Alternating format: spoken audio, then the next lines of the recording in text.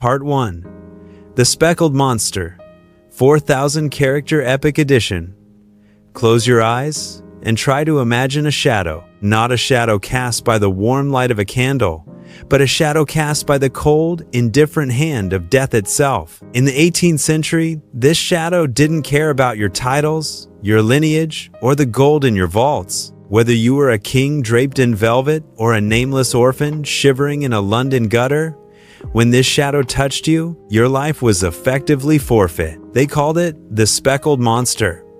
We know it as smallpox. This wasn't just a disease. It was a demographic sigh, a relentless engine of destruction that mowed down humanity with terrifying, mechanical precision. Every single year, 400,000 souls in Europe were extinguished by its touch. To put that in perspective, imagine a medium-sized city being wiped off the map every 12 months, year after year, for centuries. Yet, in the twisted reality of the 1700s, dying was often considered the merciful exit. If you were one of the lucky survivors, the monster left a permanent, jagged receipt of its visit. Your skin, once smooth, was transformed into a pitted roadmap of deep, crater-like scars.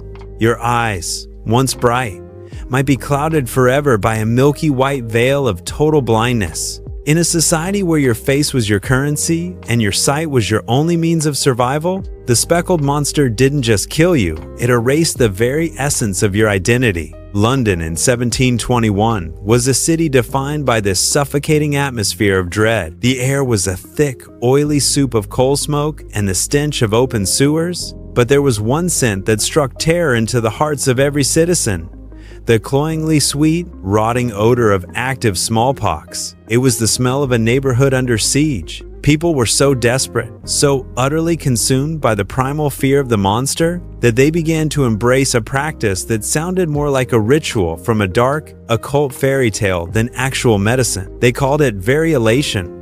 The logic of variolation was as horrifying as the disease itself. To avoid the full-scale wrath of the plague, you had to invite the plague into your body on your own terms. A practitioner, sometimes a doctor in a powdered wig, but more often just a desperate mother, would take a sharp, cold lancet.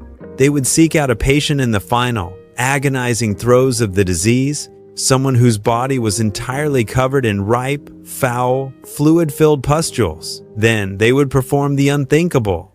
They would pop one of those pustules, and while the yellow matter was still warm with the heat of infection, they would rub that lethal pus directly into a fresh, bleeding cut on a healthy person's arm. It was a brutal, terrifying gamble. It was like trying to extinguish a raging forest fire by throwing a smaller bucket of gasoline onto the dry brush at your feet. If your body was strong and the stars aligned, you suffered a mild case, fever, pain, and a few scars, and emerged with a leather shield of immunity for life. But if luck deserted you, you didn't just die in solitary agony. You became patient zero, a walking biohazard who sparked a brand new outbreak that could incinerate an entire street of neighbors. You were essentially paying a doctor for the privilege of signing your own death warrant. Edward Jenner was a child of this world, of calculated suicide. At the tender age of 8, he was caught in the gears of this medical machine. Before the infection was even introduced, he was subjected to a preparation that would be considered torture by any modern standard.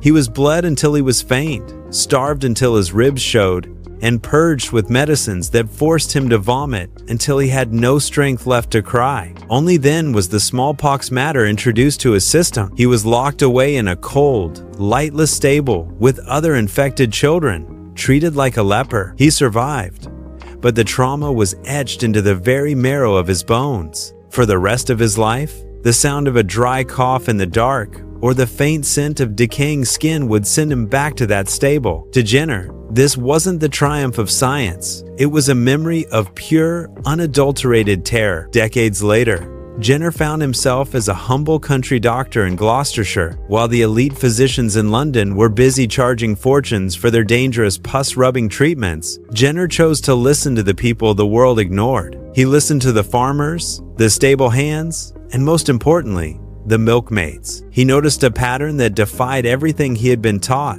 While entire villages were being buried, the milkmaids remained untouched. Their skin stayed as smooth as silk, glowing with health. When Jenner asked their secret, they simply smiled. "Oh, I cannot catch the smallpox, for I have already had the cowpox." To the medical establishment, this was peasant rubbish. But to Jenner, looking at the radiant face of a girl named Sarah Nelms, it was a spark of divine insight. A spark that would either lead humanity out of the darkness or burn his entire career to the ground. Jenner knew he needed proof, hard, undeniable proof. He had the theory. He had the cow. Now, he just needed a victim to test the impossible. In the lush Gloucestershire countryside, spring breathes life into rolling hills, painting the landscape with vibrant clover. Amidst the idyllic scene, Edward Jenner walks with a heavy heart, his thoughtful gaze betraying inner turmoil. The air is sweet with the promise of renewal, yet a palpable burden weighs upon the country doctor. Lost in thought, Jenner reflects on the whispers of milkmaids and their tales of cowpox warding off smallpox. His brow furrows as he contemplates this rural lore, a flicker of scientific curiosity igniting within him. The seeds of an audacious idea begin to sprout in Jenner's mind, promising hope amidst the shadow of disease. Jenner's study. Enlightenment texts war with rural sketches on his cluttered desk. Medical diagrams meet childlike drawings of cow udders, a clash of knowledge. He pores over texts, brow furrowed, lost in Enlightenment's complex theories. His gaze shifts to the simple drawings, a whisper of peasant anecdotes. Jenner's torn, caught between sophistication and the lure of rural wisdom. He seeks irrefutable proof to sway the elite, bridging theory and practice. In Jenner's sun-drenched garden, James Phipps plays, unaware of the gaze upon him. Jenner watches, seeing not a child, but a vessel for his daring experiment. A battle of ethics plays out on Jenner's face as he observes James's innocence. The trusting nature of the boy clashes with Jenner's scientific ambition. Inside the milkmaid's cottage, Jenner's gaze is fixed on Sarah Nelms, a young milkmaid marked by cowpox. Her hand bears the visible sores, a canvas of both disease and potential salvation. Jenner delicately holds a silver lancet, its gleam sharp against the rustic backdrop. With focused precision, he begins extracting fluid from one of the pustules. The air is thick with a sense of stark hope mixed with grim necessity. A pivotal moment hangs in the balance. Progress born from palpable suffering. In a small, stark room, Jenner prepares his tools with a focused intensity. 2 shallow scratches mark James Phipps' arm, a visible sign of the experiment's beginning. Jenner smears the cowpox fluid into the wounds, a pivotal moment captured in his steady hands. Tension fills the room, a palpable sense of apprehension hanging in the air. Jenner plants the seeds of his daring experiment. Hope and uncertainty intertwine. The small room holds the weight of a medical frontier, where the future is uncertain. Days later, Jenner sits vigil by James, worry etched on her face as he stirs in a restless slumber. James's eyes flutter open, his face pale as he rubs his throbbing forehead. "My head hurts a little. I'm here, sweetie," Jenner whispers, her voice a soothing balm in the quiet room. He pushes his plate away, barely touched, a sign of deeper unease. Jenner spots a small, ominous bump rising on his arm, a silent alarm bell ringing in her mind. Fear flashes in her eyes, yet she fights to remain calm as the headache and loss of appetite subside. Months later, Jenner prepares a new Lancet, knowing this is the ultimate, dangerous test. The Lancet is filled with smallpox matter, a deadly gamble in his determined hands. With grim resolve, Jenner injects James, fully aware of the potential catastrophic consequences. A silent, heavy tension fills the room as Jenner stakes everything on this perilous trial. Days later, Jenner watches over James, sunlight illuminating dust motes dancing in the room. The sunlight paints the room gold as Jenner's intense gaze never leaves James's face. James sleeps peacefully, his breath steady, a stark contrast to the dread that lingers. Jenner whispers, a mixture of relief and triumph in his voice, "My experiment has worked." A quiet moment of victory, but Jenner's expression turns serious, knowing the fight is far from over. "The battle for public acceptance has just begun," Jenner declares, his face set with determination. In Gloucestershire, Edward Jenner walks among grazing cows, observing the rolling green hills and the peaceful countryside. Jenner, thoughtful, asks Anna, "Anna, you seem remarkably healthy.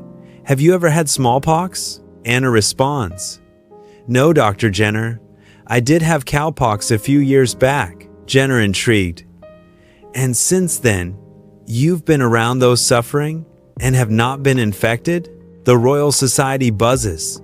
Powdered wigs turn as Jenner steps forward, his voice resonating in the grand hall. Jenner presents his findings, a beacon of conviction against a sea of skeptical faces. A prominent physician scoffs, his face a mask of disdain as Jenner speaks. "Peasant anecdotes, you say?"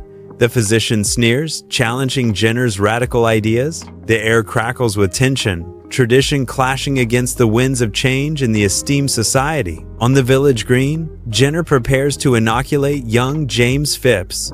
A pivotal moment of medical history unfolds. Jenner makes the injection, a small act with monumental consequences. Villagers gather, their faces etched with a blend of curiosity, hope, and unease. A close-up on James's face shows a flicker of fear amidst Jenner's gentle reassurance. The sun casts long shadows, underscoring the gravity and uncertainty of the pioneering experiment. Jenner watches James closely, his expression a mixture of scientific focus and human compassion. In London's printing press, Jenner pores over proofs, his face etched with exhaustion amidst the ink's pungent aroma. The rhythmic clatter of the press underscores Jenner's intense focus, each sheet a testament to years of work. His eyes gleam with determination as he examines an inquiry, a life's investment nearing completion. Each page reflects Jenner's unwavering commitment to sharing his groundbreaking discovery with the world. The thick air vibrates with the promise of knowledge, Jenner's sacrifice echoing in every printed word. Busy London streets bustle with life. Carriages rumble, people stroll, and pamphlets litter the cobblestones. The pamphlets depict people transforming into cows, fueling fear and absurdity in equal measure. Local clergymen stand on makeshift platforms, their faces flushed with fervor, preaching against vaccination. Their voices rise above the city's din, inciting distrust among the gathering onlookers. The scene captures the spread of misinformation, a spark igniting the anti-vaccination movement. Fear hangs heavy in the air, a palpable tension amidst the everyday chaos of London streets. Jenner sits alone in his empty clinic, a figure of isolation amidst swirling rumors and accusations. A former patient bursts in, her face etched with fear, pulling her child from Jenner's care. Her eyes reflect the terror fueled by propaganda, a stark visual testament to Jenner's downfall. The empty chairs of the waiting room amplify Jenner's despair, a silent echo of lost hope. Coffins emerge from London tenements, grim reminders of smallpox's devastation amid the crowded streets. In stark contrast, vaccinated families stroll, their health a vibrant testament to Jenner's vaccine. The air hangs heavy with the scent of disease and the faint hope offered by newfound immunity. A clear visual divide, sickness and health, fear and relief, side by side in the London tenements.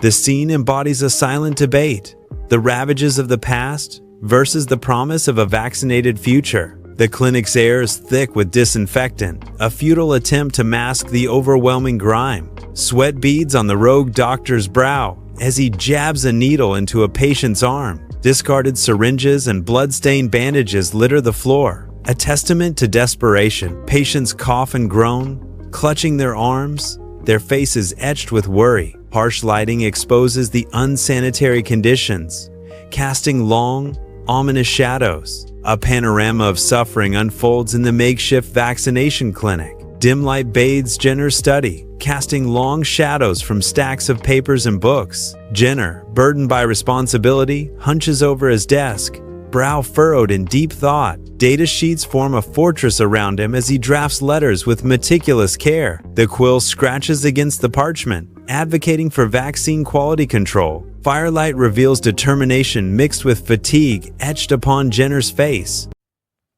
Rolling green hills define the landscape as Edward Jenner ambles through the Gloucestershire countryside.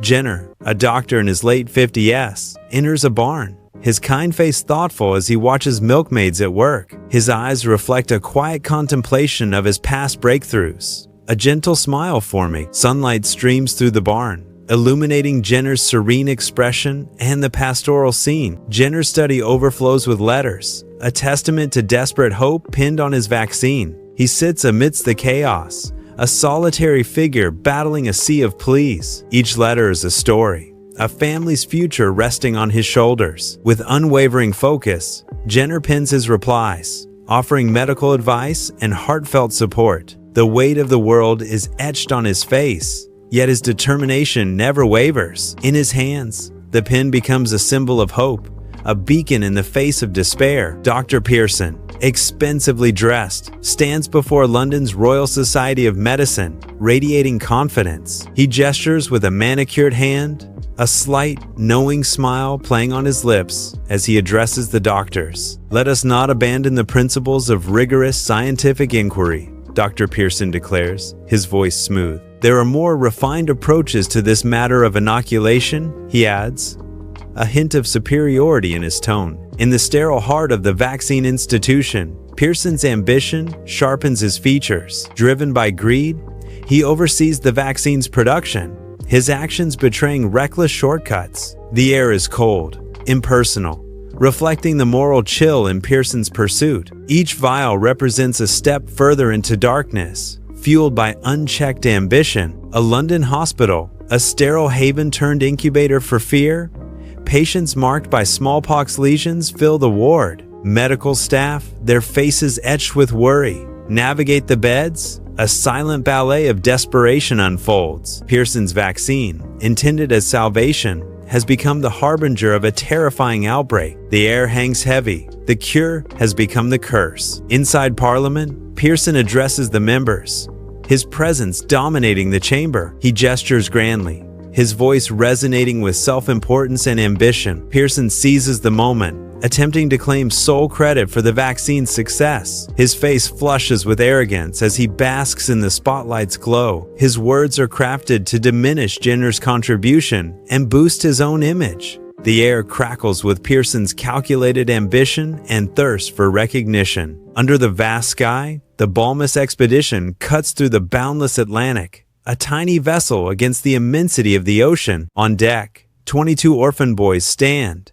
their faces a mix of innocence and apprehension in the face of the unknown. Their young arms, marked with cowpox, carry the hope of a world free from the scourge of smallpox. Each boy is a living vessel, bearing the vaccine across the ocean, a symbol of resilience and sacrifice. The ship sails on, a beacon of hope against a deadly disease, carrying its precious cargo towards distant shores. In the dimly lit ship cabin, long shadows dance on the wooden walls, illuminated by the swaying oil lamp. Two young boys sit on the narrow bunk, their pale faces reflecting a shared fear and unwavering determination. A stern-faced doctor prepares 2 syringes, the glint of the needle heightening the tense atmosphere. Their eyes meet, a silent promise of sacrifice and a shared hope for a new life in distant lands. On a vast battlefield, Napoleon Bonaparte surveys his grand armée, his figure a beacon of authority amidst the gathering storm. The air crackles with anticipation, every soldier awaiting his command.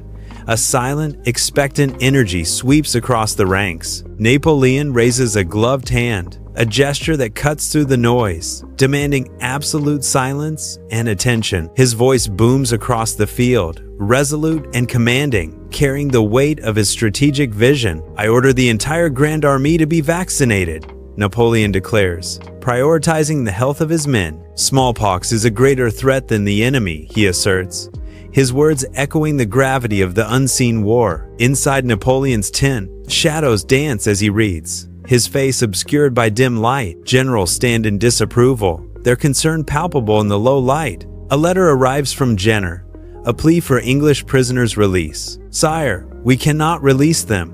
They are valuable assets," a general argues. Napoleon declares, "Silence! Jenner's work benefits all mankind. I grant his request. The prisoners will be released," Napoleon commands. In Parliament, solemn faces reflect the weight of harrowing testimonies from patients harmed by Pearson's vaccine. Each story paints a grim picture of lives irrevocably altered, filling the room with a heavy silence. Jenner steps forward, his presence a stark contrast to the preceding chaos and despair. He presents meticulous records, a beacon of order amidst the turmoil, revealing lives saved. Epidemics averted stand as silent witnesses in Jenner's data, a testament to his work. A palpable shift sweeps through Parliament as Jenner's evidence turns the tide against Pearson. As the sun sets on his manicured garden, Jenner sits alone, long shadows stretching across the lawn. He reflects on past battles, lives saved, achievements etched in the golden light. A quiet contemplation settles over him, a moment of peace amidst the fading day, protecting the truth. It's an ongoing struggle, Jenner murmurs, his voice resolute, as vital as eradicating disease. A serene Gloucestershire countryside basks in the sunlight, concealing a looming dread. Young Edward Jenner nervously walks past a stable, his face etched with fear. Overlapping whispers of villagers speak of the dreaded Speckled Monster. The air is thick with unspoken fear, a harbinger of devastation. Years later, Jenner examines samples. Surrounded by vials and books in his laboratory, Jenner injects young James Phipps with cowpox matter, his face a mask of concentration. Jenner observes Phipps closely, his brow furrowed, documenting every detail with focus. The air is thick with paper and chemicals, a testament to Jenner's dedication. London streets bustle, a stark contrast of life and disease. Smallpox scars mark many faces. Jenner, a determined physician, observes the suffering with a furrowed brow, a beacon of hope amidst despair. "Madam, I believe I have a way to protect you," Jenner offers, only to be met with fear and rejection. "Stay away, you're one of those quacks," the woman cries, recoiling from Jenner's outstretched hand. "Still peddling your fanciful notions about cowpox?" Gentlemen sneer, dismissing Jenner's groundbreaking idea. Jenner, undeterred, faces palpable resistance, a lone voice challenging centuries of medical practice. Inside the WHO, a long table hosts a global assembly, a mosaic of faces united by a common goal. Dr. Henderson stands tall, his gaze unwavering as he presents stark maps of smallpox's relentless spread. Fiery red blotches dominate the visuals, a grim testament to the disease's pervasive reach. The air vibrates with urgency, each breath heavy with the weight of a world in crisis. Beneath the tension, a steely resolve hardens, forging an unyielding front against the epidemic. Under the blazing Ethiopian sun, health workers trek through rugged mountains, their mission a beacon of hope. They arrive at a remote village, where mud huts cluster under the oppressive weight of disease and fear. The air hangs heavy with the grim signs of smallpox, lesions, and scars, telling tales of suffering. With refrigerated cases humming, the health workers begin their methodical work, offering the vaccine. Skepticism rises like a wall as wary villagers confront the outsiders and their strange concoctions. A maze of alleys, homes pieced together with iron and tarp. The air is thick with refuse and the cries of unseen children. Rahima Banu, a child of 7, lies weak on a torn mat, her small body marked by the telltale signs of smallpox. Sweat glistens on her brow as she coughs weakly, each breath a struggle against the deadly virus. Health workers move with practiced speed, needles flashing as they vaccinate, racing against time. The air is filled with hushed urgency, every second precious in the fight to contain the spread. Ali Malmalan sits outside his home, a portrait of resilience in the harsh Somali sun. A weak but genuine smile graces his lips, hinting at the battles fought and won. Health officials clap, their crisp uniforms a stark contrast to the dusty village. The dry air vibrates with hope, a collective breath held in anticipation of victory. This is it, the last stand against a disease that once ravaged the world. The World Health Assembly erupts in applause. Smallpox is eradicated. A monumental victory echoes through the hall. Delegates rise, their faces alight with relief and triumph after centuries of relentless battle. A distinguished portrait of Edward Jenner watches over the jubilant scene, a silent guardian of progress. Pride swells, a collective exhale of relief as humanity celebrates an unprecedented achievement. The air vibrates with the weight of history, acknowledging Jenner's enduring legacy and eradication.